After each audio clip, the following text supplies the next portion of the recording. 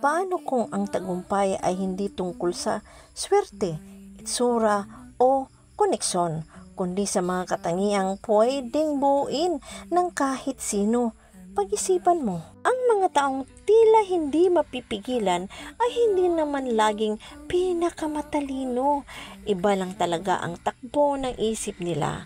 May dala silang mga gawi, mga pananaw na nagbubukas sa mga pintong hindi napapansin ng iba. Gusto mong malaman kung ano-ano ito? Tara, simulan natin!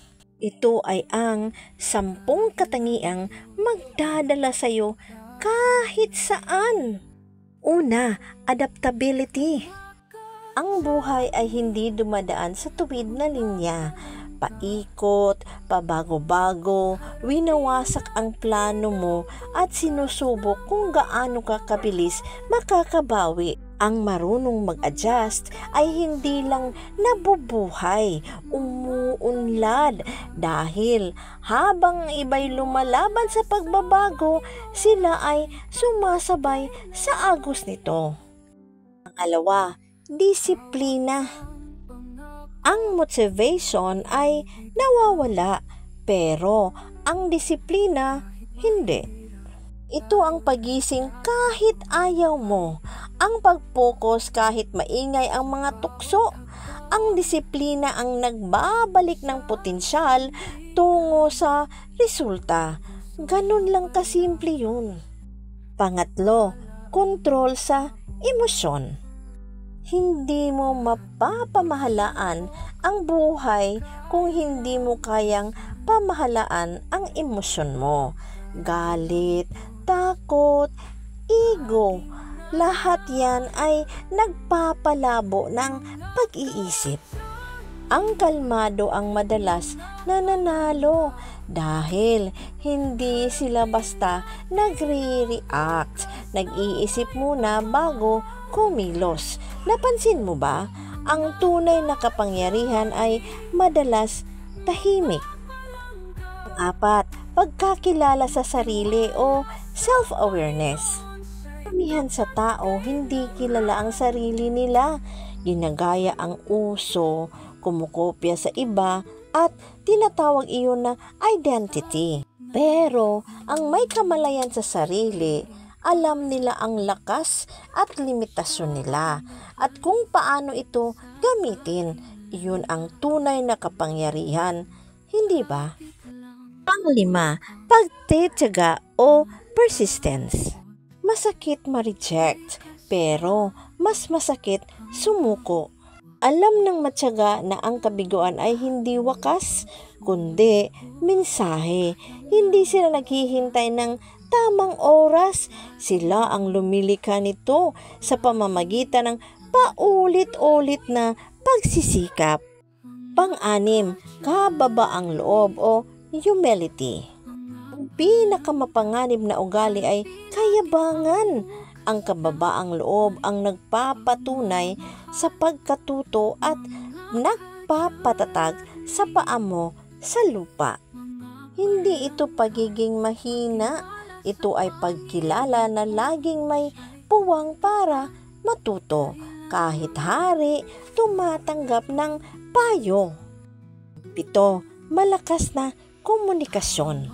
Maaring may henyo kang ideya, pero kung hindi mo ito maipaliwanag ng malinaw, mamamatay lang ito sa isip mo. Ang mahusay na tagapagsalita ay hindi lang nagsasalita, nakikipag-ugnayan. Pinaparamdam nito ang mensahe. At tandaan, emosyon ang tunay na nagpapagalaw sa mundo, higit pa sa lohika. 8, pagtitimpi o patience. Nabubuhay tayo sa panahong gusto lahat mabilisan, pero ang tunay na tagumpay ay dahan-dahang niluluto. Ang pagtitimpi ay hindi tungkol sa paghihintay, kundi sa patuloy na paggawa habang nagtitiwala sa sariling takbo. Ang mga marunong nito ay laging nauuna sa mga nagmamadali. 9, kumpiyansang tahimik o confidence. Hindi yung maingay na kumpiyansa, kundi yung matatag, yung hindi kailangang palakpakan para maniwalang kaya niya. Ang kumpiyansang nagsasabing, malalampasan ko to kahit walang kasiguruhan. At ang paniniwalang iyon mismo ang nagbabago ng kapalaran mo. Pang-10, katapatan o integrity. Kapag tugma ang salita at gawa mo, nagkakaroon ng tiwala ang mga tao. At ang tiwala, pera yan, isang yaman na hindi nabibili. Binubuksan ng katapatan ang mga pinto na hindi kayang buksan ng talento. Ito ang tahimik na lakas sa likod ng bawat tunay na kwento ng tagumpay. Konklusyon. Ang totoo, hindi bihira ang mga katangiang ito. Bihira lang ang tunay na nagsasagawa nito.